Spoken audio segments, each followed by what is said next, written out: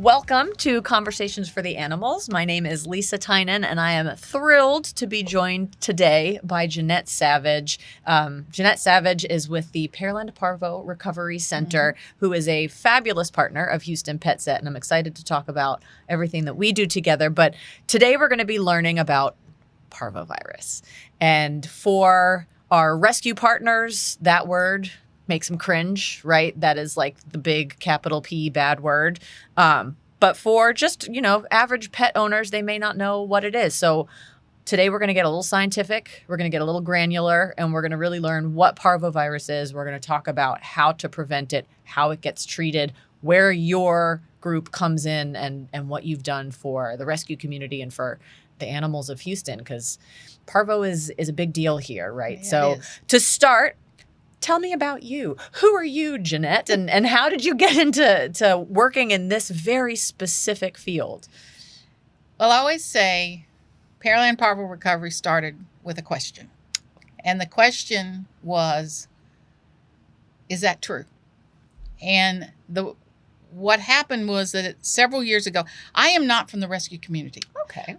My background is I was a first responder with the state of Louisiana for 15, 20 years. Wow. And then we moved to Texas. So I come from the human side of medicine. But I have a neighbor who does rescue work. And she had, back in 2019, in the spring of 2019, she had a litter of parvo puppies, all of which passed. And I then later on was actually helping her with the next litter she had transport those puppies. We were going to transport. And we were talking about the litter she just lost. And I heard the heads of the rescue saying, well, it's usually you're going to lose them anyway because it's too expensive for rescues to ever treat parvo. Right. My parents jokingly say, I didn't say mom and dad first. I said, why? And I remember going back in the car saying, is that really true? You can't treat parvo? Well, it's too expensive was the answer. Right. So I, being loving to do research, went back and started on the internet researching and came upon Austin Pets Alive out of Austin. And there are two veterinarians up there that about 20 years ago started a Parvo IC unit. Okay. And wrote a protocol, developed a Parvo IC unit up in Austin with Austin Pets Alive. And they had posted all of their information out on a wiki. Yay, internet. Yes. And I said, okay.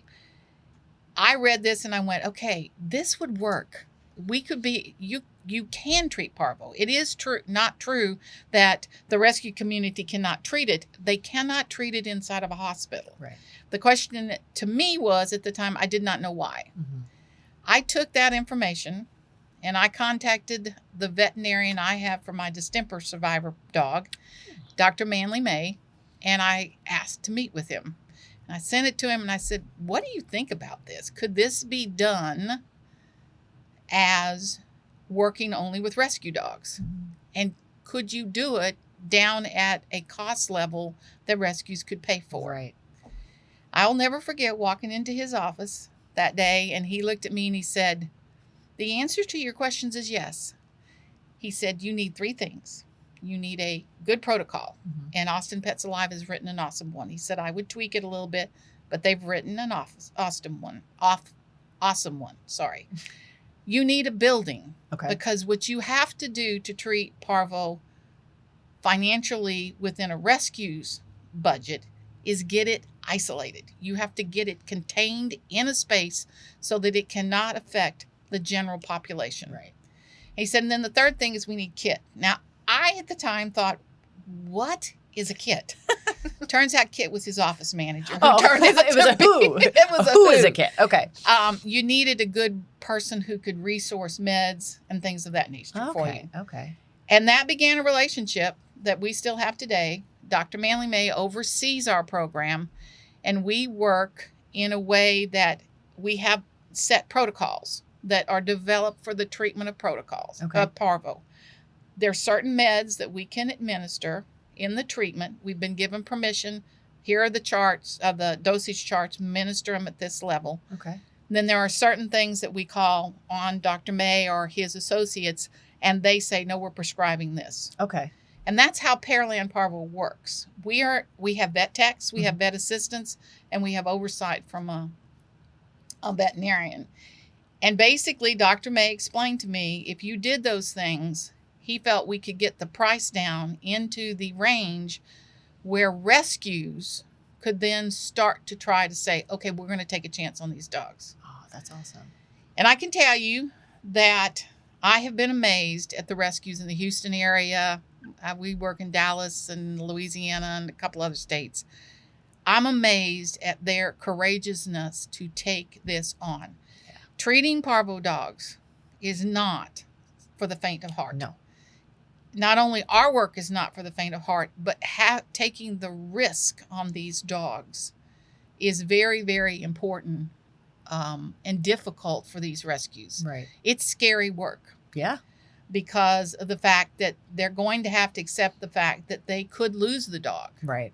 Now, we are able to save approximately between 75 to 80% of all the dogs. That's amazing. It is amazing, but it's heartbreaking for a rescue when they lose one. Right, right. Of So course. my hat is off to I tip my hat to all of the rescues here in Houston. They are very courageous. They're and committed. So for the uninitiated, because we've said parvo a million times, what is parvo? What is parvovirus? And feel free. I mean, I having worked in this field, I know at a very high level what parvo looks like and what it can do very quickly to a dog. But tell us a little bit about the diseases. I'm excited here for those who are actually watching. I have notes that I get to look at. We're going to post these so that everyone else can follow along. But I feel like it's very important for people who ever come into contact with puppies, whether it's in rescue or in their own personal life, to actually know what parvovirus is, why it is so important to prevent, and what it looks like and how to recognize it so that you can act quickly. Okay. Parvovirus is one of the hardiest, most contagious viruses that exist for dogs. Oof. The only one that tops it is distemper. Okay. Distemper is probably more contagious. Parvovirus is everywhere. Parvo is Don't everywhere. say that. I'm sorry. The unfortunate thing is that here in Houston, in this area, we live in the perfect petri dish for parvo. We have hot, humid climates. We have a high water table. We have frequent rain and flooding. Well, maybe not this summer. Yeah, but normally, right now. normally we have quite a bit of moisture in the soil. It is the perfect place for parvo to grow. Wow. Therefore, the last conversation I've had with vets this year is basically it's everywhere. And the recommendation you'll hear from most vets today is do not let your dogs out on any soil until they've gotten 2 to 3 vaccinations. Okay. Because the vaccinations for parvo are highly effective. So a vaccinated dog is a very safe dog in our environment. An unvaccinated dog is not. Okay. Parvo is extremely easy to spread. That's one of your first sheets there. And a lot of people don't realize how many different ways dogs can run into parvo. Right. One of the examples that we teach in our medical fostering class is when we're trying to talk about how easy it is for parvo to spread. Let me say one other thing. Parvo is also one of the hardiest viruses that exist in the It's very hard to kill. Right. It can live in the soil for 6 months to a year. Ugh. It can live in your house, even with your house being decontaminated with the proper chemicals. It can still exist there for 90 to 120 days. It is a hard virus to kill. It's also a virus that is easy to spread. It's a bad combination. It is. And that's why it has been so difficult for rescues to take it on. Right. And why hospitals, to defend them just a little bit, why you see the high price of treating it in a hospital environment. Sure. What they have to employ to protect the general population from a parvo dog is quite significant. It's not like normal hospital treatment. Right. They have to gown up. It's more what you saw, with the exception of the oxygen with COVID. Literally, Wow. you have to gown up like that. You have to use proper PPE. It's a lot of work to treat a parvo dog. Parvovirus, and this is the example we use with the medical fosters. If you give me just a second, I tell them, all right, I want you to imagine that you have puppies in your house, and your puppies, you have a litter of puppies, and they go and you let them in the house because you want to make them happy and you want them to be social and all this Right. kind of stuff. And they are starting to break with parvo and you don't know it because they're actually contagious about 3 days before. And they can be shedding up to 3 days before the first clinical symptoms happen. Wow. So their little noses, dogs being what dogs do, they have to smell each other's back ends.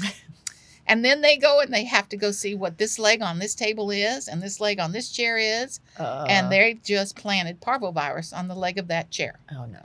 So you get parvo with this dog, you get them all taken up, out, and all that kind of stuff. Or they don't break. Your next litter comes in, fully unvaccinated. You want to do the same thing. You want to make sure you clean your house, everything. But do you clean the legs of your chair? Probably not. I don't Most think I people ever don't. have. You don't do that. So you bring the next litter of puppies in, and those little suckers go, and they go, what is that on that leg of chair, on that chair? And they go smell it, and they just got parvo in their nose, and you're off to the races. It is that easy for it to spread from animal to animal, which is why it's very hard for us, why we say vaccinate. Get the dogs vaccinated as quick as we can to give them a floor of antibodies that starts protecting them in case they run into the virus, Right. because it could be anywhere. Anywhere. So 2 questions for you. Number 1, how early can you vaccinate for parvo? Most vets, an ordinary dog that you would get, say, from a good breeder or something like that, will tell you wait till they're 8 weeks. 8 weeks, They okay. prefer to start at 8 weeks. The rescue community and the rescue world, we start at 6 weeks. Right. I have actually vaccinated dogs earlier than that, but you always need to do it under vet supervision if you're going to vaccinate before 6 weeks. Right. And so the second question is, if you don't vaccinate, what does a dog with parvo look like? What is it doing to their body, and why is it so deadly? Okay, the first thing that happens when a dog gets exposed to parvo is it will go into their system and it hits the lymph glands in your throat. Okay. Because it's going to hit the immune system first. And we actually now, when we parvo test, you used to only do parvo testing with a rectal swab. We now do swabbing the throat, and then we swab for feces. Because parvo appears earlier in the lymph glands than it does in their actual feces. Wow, I had no idea. Yes. So it'll go in and it attacks through that avenue, and it'll start to invade the body. And once it starts to replicate, it goes in 2 directions. It goes to the blood and starts taking the immune system down, and then it heads to the gastrointestinal and starts interrupting the entire poop, the whole process. That's where you get the diarrhea, the vomiting, and all the things of that nature. That all can happen from exposure to anywhere from 3 to 5 days is when we normally see symptoms start. Okay. That 1 to 3 day period is where this is starting in the throat. You don't see anything from the dog. The dog does not show you a sign at all. Right. Often the first sign that people will see in a dog that has parvo, especially puppies, is they'll stop eating. Okay. I always say that if you have a puppy that suddenly one day doesn't eat, especially in puppies, question. There's a problem. Okay. Puppies will eat. Just doesn't And eat matter. and eat They're and gonna eat, yeah. Now, an adult dog may decide not to eat, but a puppy will always eat. Okay. The next symptoms that come on are often people say they just don't look right. Right. There's something wrong. You can see it in their eyes. And maybe 12 hours later, you've got the first start of either vomiting or you've got a loose stool, one of the 2 that happen. And then you progress into the disease from there. That's the kind of how the virus gets into the body. And once it hits the lymph system and takes the immune system down, then you have an autoimmune compromised dog, which means it is open to everything. Right. Every parasite, upper respiratory.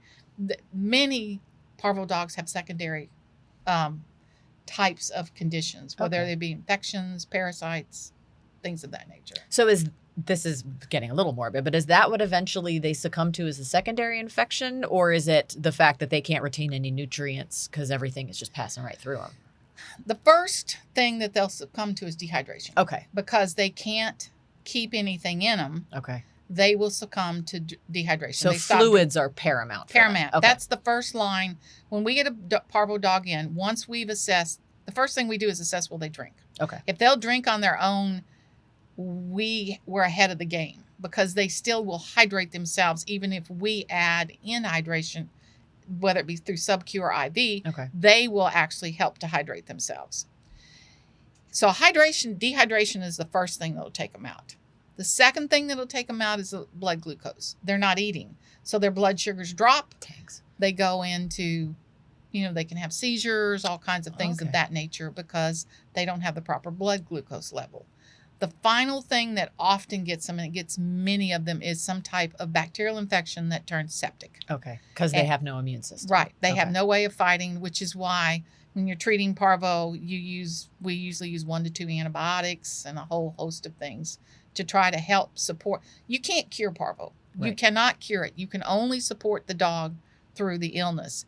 And you're trying to support the 3 things that'll kill them. Okay. Dehydration, blood glucose, blood sugar, and if they get a secondary bacterial infection. Okay. Amazing. This is, I feel like I should have known this, but I'm learning a ton, which is awesome.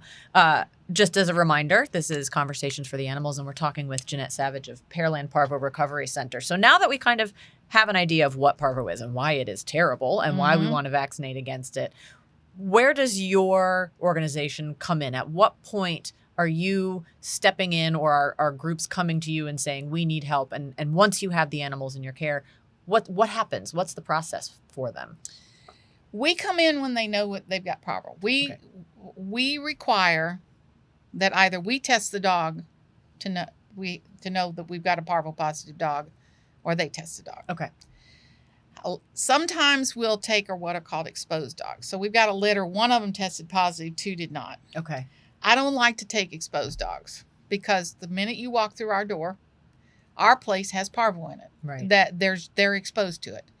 And even if they've been exposed to it one time, you don't want to keep exposing them because odds are eventually they're going to get it. It's going to happen, Yeah, right. So we try not to take in exposed dogs. Part of our 2023 mission is to try to figure out how we can have 2 separate facilities, one that would be exposed. Okay. Now that's kind of a pipe dream, and we're still financially, we hadn't figured it out, but it would be wonderful to have a treatment and then an exposed facility, a place where we could put the exposed dogs, put our staff in there to watch them so that we could catch it extremely early. Because if we can catch parvo as it starts up and we can stop that dehydration, we can keep them with food in their system, we can often save them. Our highest success rate is in the early catches. Sure.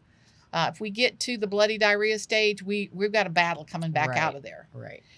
So we'll do that. The rescues will either through a vet's, or they'll come through a vet clinic, vet hospital, or they'll come to us and we'll test them. If they're testing positive, we intake them. Okay. And we immediately start our protocols that are set up for the treatment of parvo, depending on whether we're looking at a mild case, a moderate case, or a severe case. We treat them. Treatment usually takes 3 to 7 days. Okay. Around that time, when we catch them early, we can get them out of there and get them through into recovery. 4 days. That's faster than I thought. Okay. And recovery occurs when clinical symptoms stop. Okay. Now, parvo itself, you don't recover from parvo in 3 to 4 days. Sure. Because a dog sheds for 14 days afterwards. Oh. All right. They will shed the virus when they poop and all. Man, that thing is hardy. It's terrible. It's horrible. But so we put them through the treatment at our treatment center. Okay. And then severe dogs can take up to 7 days because it's a little bit of a battle. We put them through that. When they go into clinical recovery, we move them into what we call recovery facilities. If we have one available, many of the rescues have people that are already parvo exposed their homes. Okay. So they said, we'll foster the dogs. We just want to have the ability to call you if we run into something, if we need advice, which phone calls are free at PRC. Thank goodness. goodness for that. There's no charge for phone calls. We always have somebody willing to answer your questions. That's awesome. I lost my thought there for a second. So we put them through the treatment phase, and then we put them into the recovery phase. Recovery takes anywhere from about 14 days. Around day 10, somewhere between day 10 and day 14, depending on how severe they were, we start to test them. Okay. To see, are you now parvo negative? Got it. If they're testing parvo negative, and if they test parvo negative on day 14, we're almost 99% sure there's no shed going on. We then bathe them very good to make sure that we don't send parvo back. And we send them back to the rescue. So the rescues are, hopefully everybody who's listening is aware of where you are, but I'm assuming you have pretty good relationships with the rescues, and you're getting phone calls a lot. And like you said, they're doing the brunt of the work there. In terms of numbers, how many cases are you seeing at a time? How many are coming in and out? Are you ever having to turn rescues away because you're full? Oh, the answer is yes. Okay. At times, we try not to. We will also work with, sometimes there's a lot of really savvy rescuers out there. Oh, yeah. They're very, in fact, we've trained a bunch of medical fosters. And what we do with them is, if I don't have an opening, if PPRC does not have an opening, we'll try treatment in place. Oh, okay. And I'm going to make this statement now. For all rescues, for anybody who wants to deal with parvo, you need to have a very good relationship with a vet. Oh, yes. I have talked to several vets over the past 3 years who rescues were setting up a relationship with, and we've been able to talk about how could we do home treatment. If we can't get them into the center, right, what are you willing to prescribe to let them go home and take attempt to support the dog until an opening comes to us? Vets in this area are very open to that. That's many great. of them. Now, some of them are still a bit hesitant because it's new. Sure. 5 years ago, this did not exist. I mean, it was either put them in the hospital or euthanize them. Right. It was a black and white decision. Right. This has opened up the partnership between PPRC and the rescues in this city has opened up a whole new world of how we're going to deal with this disease. And if you have a good relationship with the vet, then sometimes you can actually care for these mild cases in your home and get them through them. That's fabulous. And about those relationships, one of the things that Houston PetSet does, as most of our listeners know, is that we grant funds to groups that are doing work. And one of the reasons we love supporting PPRC is that our dollars are going to affect multiple rescues at once. One grant to PPRC is actually affecting however many rescues at a time have pets in your care. But that brings me to the next point, which is you are a nonprofit as well. Yes. And so for our listeners and our viewers, if you feel like supporting a phenomenal group that is doing really, like you said, new and exciting work in the field of medical rescue, you need donations. And hopefully by the time this airs, your air conditioning will be fixed. But in the event that it is not, support PPRC so that their staff has air conditioning in the building. What a time for it to go out.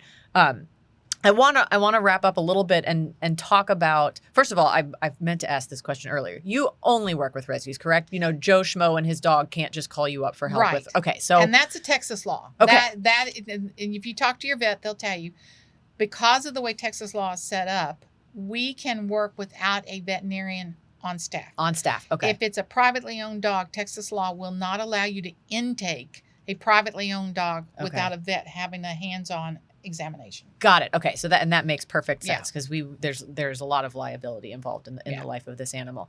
So for our rescues and for our pet owners alike, what are your big takeaways? What should they be looking for? What should they be focused? We talked about vaccination, and actually, I want to. There was a great slide at the end here, which I'm going to pull out with your big 3 8s. Tell us about these 3 and what pet owners and pet rescuers should have at top of mind when dealing with parvo. We have a internal slogan at PPRC, and it's "Put us out of business, vaccinate your dogs."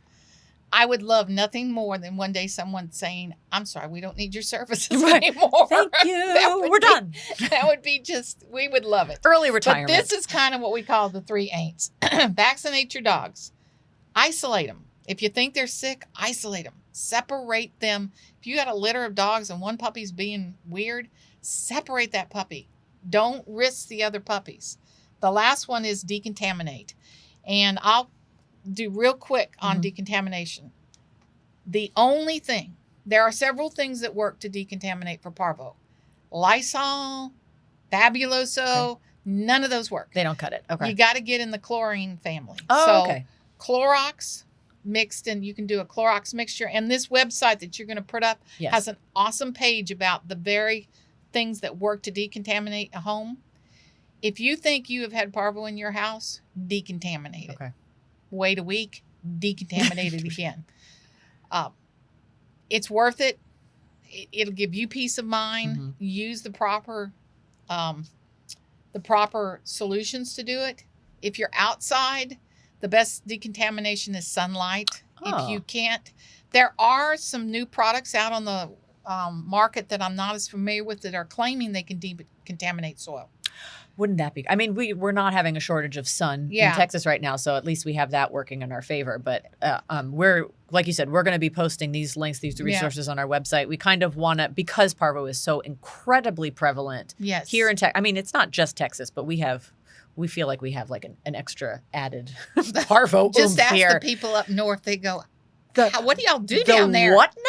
Exactly. What are you dealing with? So we're gonna try and offer up some resources for all of our followers to talk about parvo and what the risks are and why vaccination is so incredibly important. I mean, as Texans, as citizens, we have kind of come in contact with our own version of a highly contagious and very deadly disease, and so we know how important vaccination is. So we're going to keep pushing that. That's one of the vaccines that we provide to all of our spay and neuter surgeries that we do.